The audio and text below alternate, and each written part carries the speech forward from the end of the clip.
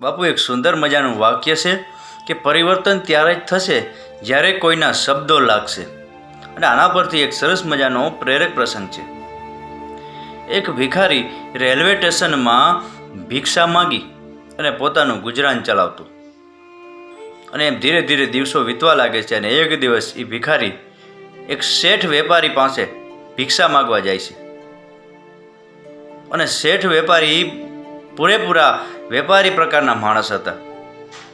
અને ભિખારીને કહે છે કે હું તો શેઠ છું, હું તો લેનદેનમાં સમજુ છું, મને કોઈ આપે તો હું એને આપું. અને ભિખારી સાંજે પોતાને ઘેર જાય છે. અને ત્યારે તેને આ વેપારીના શબ્દો લાગી જાય છે. અને આખી રાત મનોમન વિચાર કરે છે કે હું એવી કઈ વસ્તુ આપું કે જેથી કરીને લોકો મને ભિક્ષા વધારે આપે. અને એમ કરતાં કરતાં સવાર પડે છે. અને ભિખારીને મનમાં એક વિચાર આવે છે કે રેલવે સ્ટેશનના પ્લેટફોર્મની બહાર થોડા ફૂલો વાવેલા છે, અને એમાંથી ફૂલ વીણી અને હું લોકોને આપીશ, અને લોકો પાસેથી હું ભિક્ષા લઈશ. અને બીજે દિવસે સવારે એ ભિખારી ઉઠી અને રેલવે સ્ટેશને જાય છે.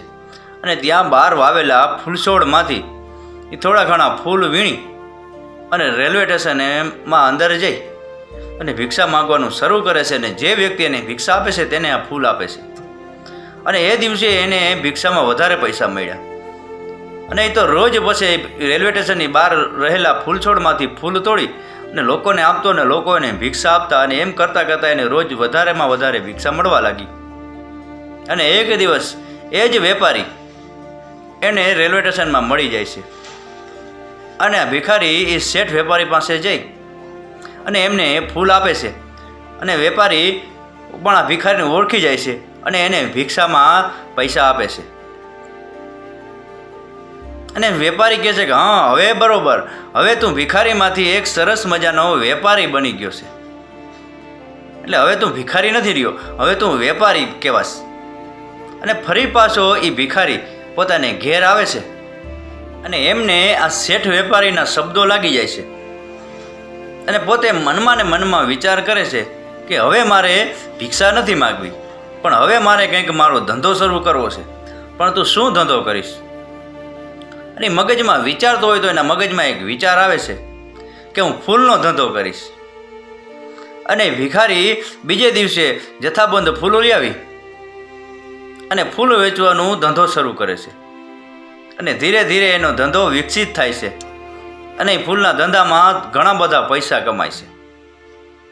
અને એમ કરતાં કરતાં ઘણા દિવસો, વર્ષો અને મહિનાઓ વીતી જાય છે. અને એક દિવસ એક સૂટ બૂટ પહેરેલો વ્યક્તિ રેલવે સ્ટેશને જતો હતો. અને એને રેલવે સ્ટેશને એક શેઠ વેપારી મળે છે. અને શેઠ વેપારી પાસે જઈ અને સૂટ બૂટ વાળો વ્યક્તિ શેઠ વેપારીને કહે છે કે શેઠ, મને ઓળખો છો? એટલે શેઠ કહે છે કે ના, મેં ક્યારે તને જોયો નથી. કોણ છે ભાઈ તું? કંઈ ઓળખાણ પડતી નથી. અને ત્યારે આ સૂટ બૂટ વાળો વ્યક્તિ એ શેઠ વેપારીને કહે છે, જરા ઓળખવાનો પ્રયાસ કરો, કદાચ થોડું ઘણું યાદ આવી જાય. એટલે શેઠ કહે છે કે ના ભાઈ, મને જરા પણ યાદ નથી આવતું, તું કોણ છે? એટલે સૂટ બૂટ વાળો વ્યક્તિ કહે છે કે શેઠ, આ આપણી પહેલી મુલાકાત નથી, આ આપણી ત્રીજી મુલાકાત છે. હવે કંઈ યાદ આવે છે? એટલે શેઠ કહે છે કે ના ભાઈ, હજી મને કંઈ યાદ નથી આવતું, હવે તું જ તારો પરિચય બતાવ. એટલે સૂટ બૂટ વાળો વ્યક્તિ શેઠને કહે છે કે શેઠ, હું એ જ ભિખારી છું કે જેને તમે કહ્યું હતું કે હું લેનદેનમાં સમજુ છું, હું પાકો વેપારી છું, કંઈ લીધા વિના કોઈને કંઈ આપતો નથી. અને તે દિવસથી મને તમારા શબ્દો લાગી ગયા હતા. અને મેં રેલવે સ્ટેશનની બહાર રહેલા ફૂલો વીણી અને લોકોને ભિક્ષાના બદલામાં ફૂલો આપવાનું શરૂ કર્યું હતું. અને ધીરે ધીરે આપણી બીજી મુલાકાત થઈ હતી. અને બીજી મુલાકાતમાં તમે મને ભિક્ષા આપી અને એના બદલામાં મેં તમને ફૂલો આપ્યા. અને ત્યારે તમે મને કહ્યું હતું કે હવે તું એક ભિખારી મટી અને વેપારી બની ગયો છે. અને ફરીવાર મને આ તમારા શબ્દો લાગ્યા હતા. અને મેં ભિક્ષા માગવાનું બંધ કરી અને નાનો એવો ફૂલનો ધંધો શરૂ કર્યો હતો. અને જોત જોતામાં દિવસો અને મહિનાઓ વીતતા મારો ફૂલનો ધંધો ધોમધકોર ચાલવા લાગ્યો. અને આજે હું એક શહેરનો મોટો વેપારી બની ગયો છું. અને શેઠ, આજ તમે મારા ગુરુ કહેવાઓ. અને એ ફૂટબૂટ વાળો વ્યક્તિ શેઠને ગળે મળી અને રોઈ પડે છે. અને કહે છે કે તમે મને રસ્તો બતાવ્યો, તમારા શબ્દોના કારણે મારા જીવનમાં પરિવર્તન આવ્યું. અને બાપુ વિચાર કરો કે શેઠના શબ્દોએ એક સામાન્ય ભિખારીની જિંદગી બદલી નાખી. અને આ એટલે જ કહેવાતું હશે કે પરિવર્તન ત્યારે જ થાય છે જ્યારે કોઈના શબ્દો વાગે. આ પ્રસંગ પૂરેપૂરો સાંભળવા બદલ આપનો ખૂબ ખૂબ આભાર. આપનો દિવસ શુભ રહે. મહાદેવ હર.